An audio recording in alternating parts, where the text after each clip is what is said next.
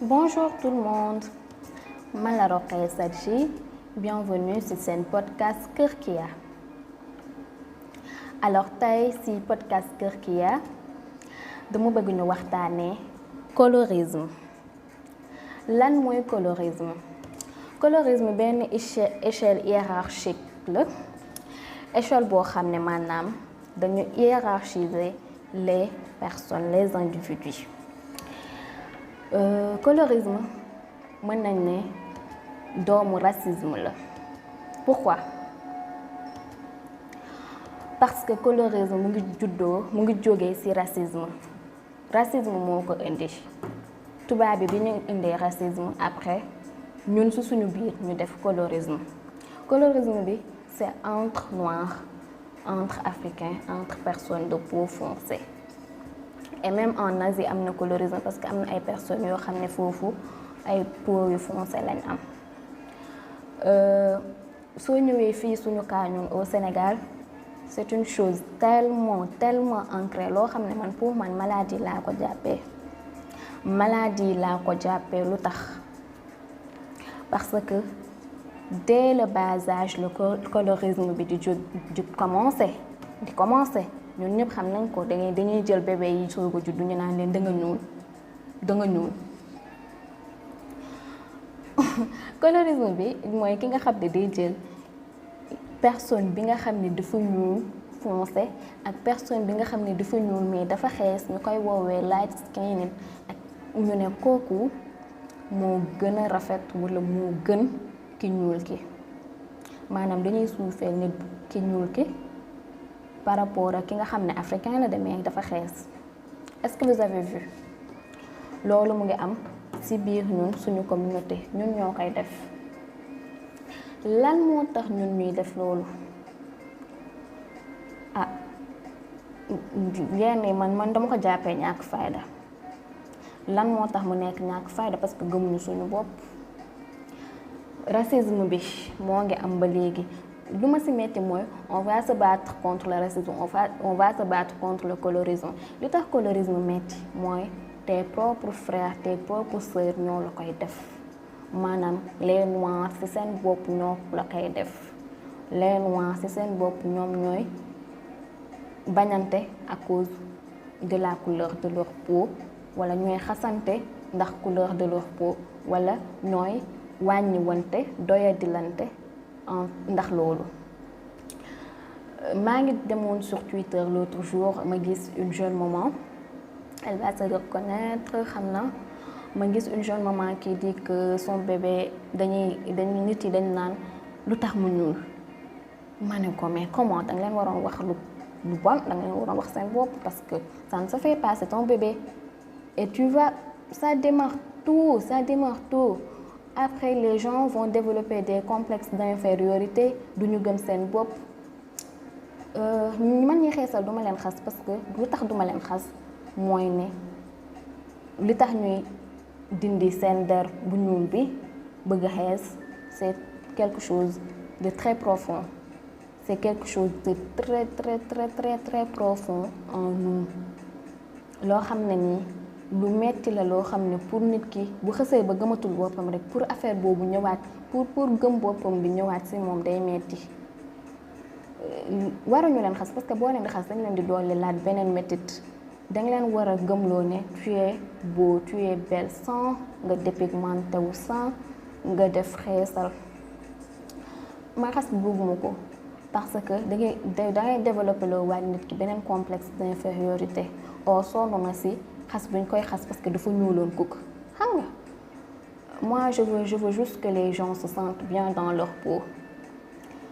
ñu nangu ku nekk ni nga mel ñun ñëpp nous sommes différents ku nekk da nga accepter sa bopp sa moroom nu mu mel. Da nga ñuul mais naka ngay tiimee une personne boo xam ne nii ses parents sont noirs ñun ñëpp xam nañ génétique comment ça marche. Tes parents sont noirs yow boo ñuulee après on te dit da nga ñuul. Je comprends pas, la personne c'est une personne noire, c'est un Africain, c'est un Sénégalais. Alors pourquoi ngeen jàpp ñuul def ko genre benn anomalie? Du anomalie lu normal la nañ arrêté loolu nañ ko wàññi nañ ko bàyyi laa bëgg wax nañ ko bàyyi. Prenez le cas de la chanteuse française Aya Nakamura. Moi, ce cas-là, ça me fait mal. Or, je ne suis même pas fan boo xam ne ni die hard boo xam ne ni demee nekk di kii ci Aya, mais reconnaître leen ne elle travaille bien nañ reconnaître loolu. Donc, je ne vois pas pourquoi les noirs, les femmes et les hommes noirs, surtout les hommes noirs, ñu bañ Aya.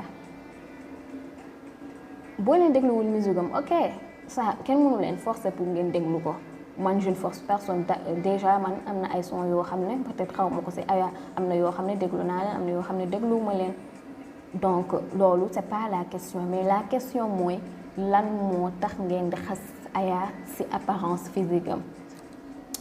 La jeune femme Aya elle est très jeune je sais pas elle a 25 ans ou bien 26 ans à peine elle est très jeune. Remarque yu muy essuyer par jour man su doon ma la bàyyi naa bi yàgg parce que c'est trop ay di ko comparer ak golo di ko comparer ak góor di ko comparer yu kenn xamul.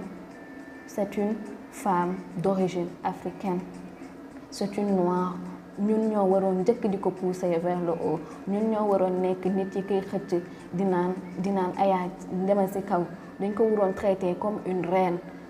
Parce que elle se bat pour réussir loolu ñëpp gis nañ ko reconnaître leen loolu bàyyi leen soxor.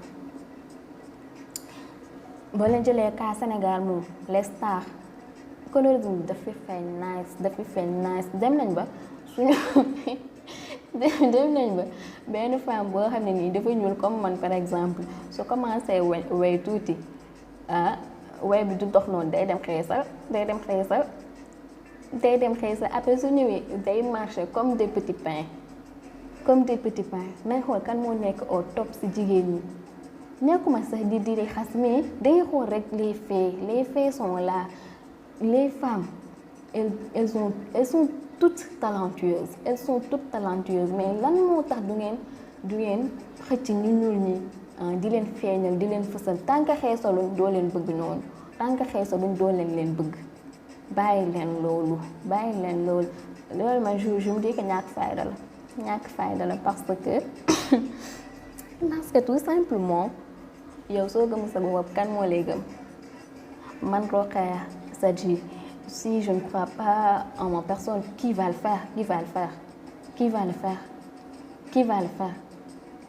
colorisme bi c'est tellement dégoûtant ba pare soo leen koy def xale yi loolu moo gën a metti parce que xale day capter lu nga koy wax soo tegee benn xale tegaat benn xale bu ñuul nga tegaat beneen xale bu xees nga jël ko xees gi di ko traiter d'une bonne manière nga jël ko ñuul ki di ko traiter comme une n'importe quoi day jàpp ne loolu la day après du am estime de soi bu baax après du gëm boppam.